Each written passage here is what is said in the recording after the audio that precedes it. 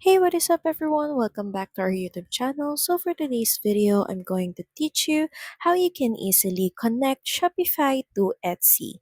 First, in your Shopify admin page, just make sure that you're logged into your account. Then in a new tab, just head over to apps.shopify.com, and from there in the search bar, just search for Etsy. Then press enter. And from the list of apps, let's choose Etsy Integration-DPL, then click on Install. You will then be asked for app permission, and all you have to do is click on Install. So you're going to have to subscribe to their subscription that costs $19.99 a month, but you can always enjoy their 7-day free trial.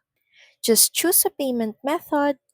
Just choose a payment method and you will be charged to that account after the 7-day free trial period. And once done, just click on approve. So that's pretty much it. Thank you very much for watching this video. I hope that you find this video helpful. And if you do, please don't forget to like, share, and subscribe to the channel. And I will see you again on the next one. Bye!